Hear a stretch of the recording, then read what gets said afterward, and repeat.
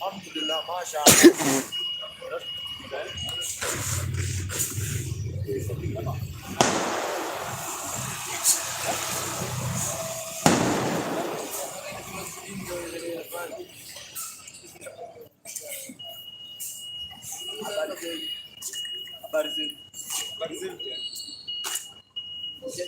Jambo ndio ile ya kwanza Kenya hapo.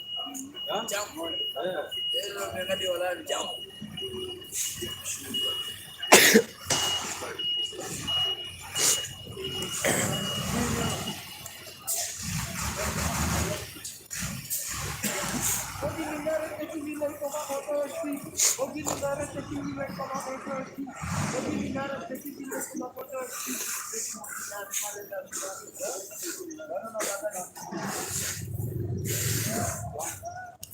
Jeke bunge rekodi onekana na komsani. Bogini wale wako kile kimodoski. Bogini ile live ya kimodoski.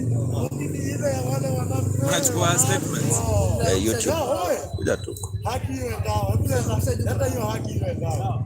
No, unapia. I want to send a message to the president. If this finds you, I hope it finds you well.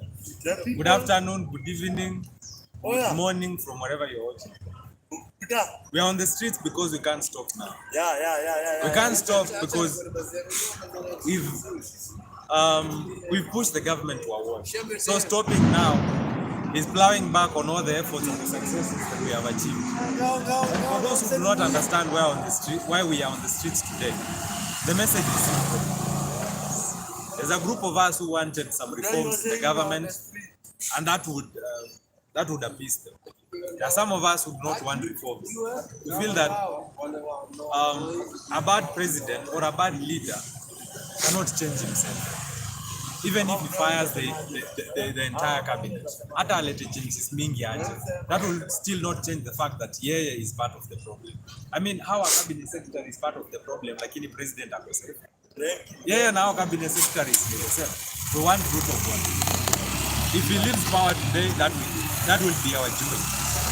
We will push for the removal of Ruto, either through protest, through a motion of impeachment in parliament, or through a motion of incapacitation through parliament.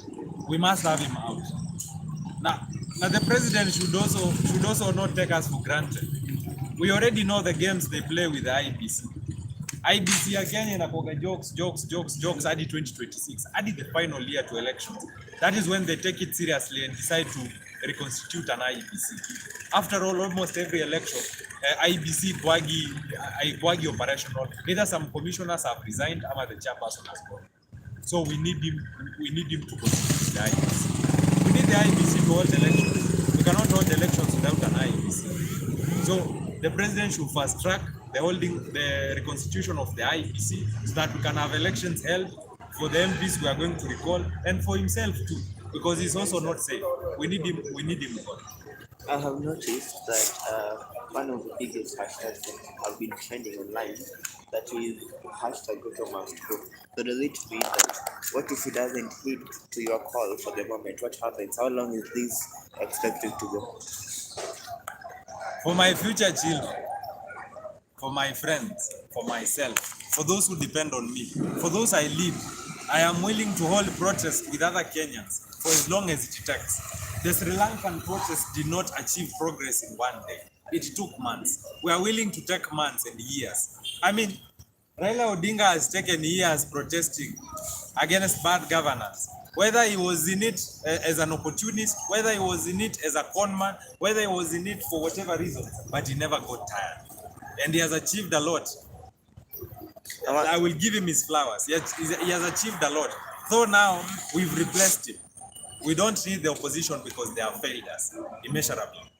But we are willing to go the long walk, the long mile, till we get what we want. And for the fact that you people are partyless and you do not have a leader, how would conversation be conducted in that manner?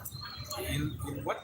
Given the situation that the movement do not have a leader entirely, our conversation is supposed to happen between the two parties that are involved, that is the public and the president himself, because he issued a statement and said that